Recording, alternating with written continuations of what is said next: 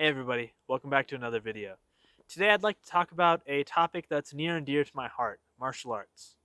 Over the course of my life, I've been an avid martial artist. I've trained for several years, and I've come across many training techniques. Most of these are combative techniques, and those tend to get all the spotlight. But I found a few interesting ones that are used for conditioning one's body, either to be supple, or strong, or resilient, whatever that martial art may need. This video series is going to cover these interesting techniques. We'll go into deep dives and talk about their history, how to do them, how to program them, and what their benefits may be. And when I say program, I mean work them into a workout regimen or a training regimen. And with that, I'm going to head inside because it's pretty cold out here. Cool.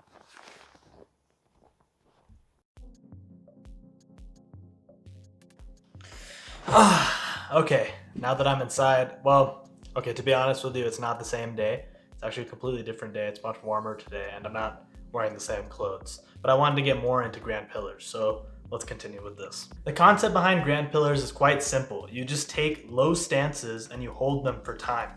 You can take any stance that you want in theory, be it your boxing stance or your karate stances, back stance, front stance.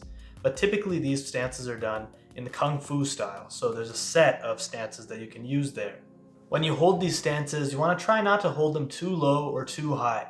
You just want to hold them at that perfect point of maximal pain and discomfort. Trust me, that's going to give you the best results out of this. So I learned a certain version of these, and there are other versions that exist as well.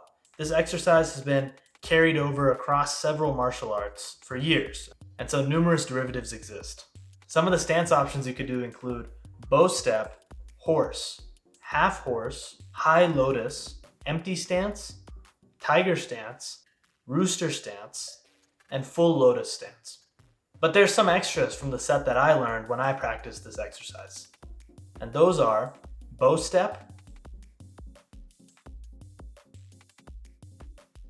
green dragon looks back, unicorn, and running stick. These stances are named that for historical reasons. It would be difficult to trace back the etymology of these names today, but you can tell that the stances kind of vaguely evoke the feeling of what they're named after. But other than these stances, you could gain benefit from any stance that's held deep, and that's what Grand Pillars are.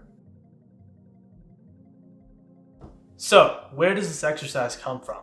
It's difficult to pin down the history of this exercise. As I mentioned before, there have been numerous derivatives over the years. In fact, many martial arts contain some version of the Grand Pillars exercise type. We know that the name Grand Pillars comes from the 8 pillars that are said to hold up heaven in Chinese mythology. And Kung Fu specifically has a lot of deep stance work. The stances that I've given you in this video may have come from Shaolin Kung Fu, but there's similar stance work in Baji Quan and other traditional styles. Particularly, there's heavy stance work in Wushu. Wushu is a martial art that is kind of the modern sport version of traditional Kung Fu, and it's focused on acrobatics, showmanship, and it is a very impressive martial art to watch. Much of their stance work is focused on flexibility, mobility, and acrobatics. And that's pretty much all that we can pin down on where this specific exercise came from. It's difficult to tell. The way that I learned it came from one lineage of martial arts. The way that you may have learned it might have come from a completely different lineage of martial arts. Who knows? But what we do know is that many traditional arts have this deep stance work, and it's there for a reason. You're probably wondering, what can this exercise do for you? Why would you care about it? Before I go into this, I want to give a disclaimer. This exercise can be very tough on your knees, so be careful when you're practicing it. Now, of course, as you can probably guess, stance work builds strength in the legs, but this effect is rather mild.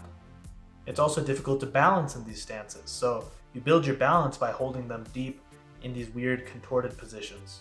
And in the more difficult stances, it can build flexibility and mobility, as I mentioned that Wushu practitioners do. But the most important benefit of this exercise, and now hear me out, is to induce pain. There are many different kinds of pain and discomfort, and many different kinds of pain tolerance. Grand Pillars creates increasing discomfort.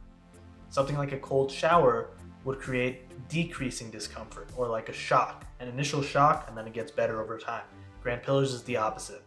Increasing discomfort comes into many cases in the martial arts, including sustaining increasing injuries, being in a submission position or almost in a submission position, or your muscles just getting exhausted, in a similar way that they get exhausted while you're doing Grand Pillars. This exercise will help you overcome, or at least build resistance to that increasing discomfort. As my teacher taught me, it may buy you that extra few seconds you need in a crisis situation. Alright, so how can we actually program this exercise into our training routine or our workout routine? It's an isometric exercise similar to the plank, which means the muscle doesn't lengthen or contract while you're in these positions. Eccentric movements, meaning lengthening under tension, produce tears in the muscles. Isometric exercises don't produce too much tear in the muscles. The discomfort comes from the metabolic buildup of waste products like lactic acid. So in theory, we could do Grand Pillars every day that we train or work out. And this is benefited from the fact that Grand Pillars really don't take that much time at all. In fact, if we did each of those 8 stances that I listed before for 30 seconds each, that would be 4 minutes total.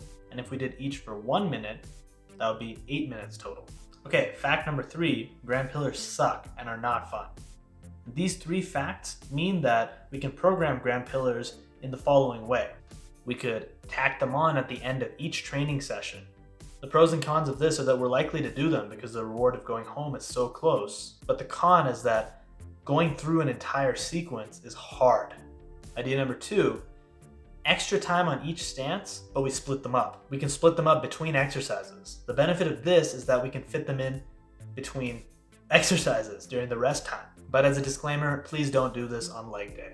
Idea number 3, we can do them on off days. That way you keep training something always, but it doesn't interfere with recovery that much. And finally, my 4th idea here is that you can use them as a punishment for something. Let's say you get something wrong while studying, or you make a simple mistake, or you forget something. You can use Grand Pillars as a punishment for yourself. Later on, we'll cover more training methods like this. Once sufficient material has been covered, we'll create a video series linking together these ideas. And as always, everybody, thank you for watching. I really appreciate it, and I hope to see you in the next one.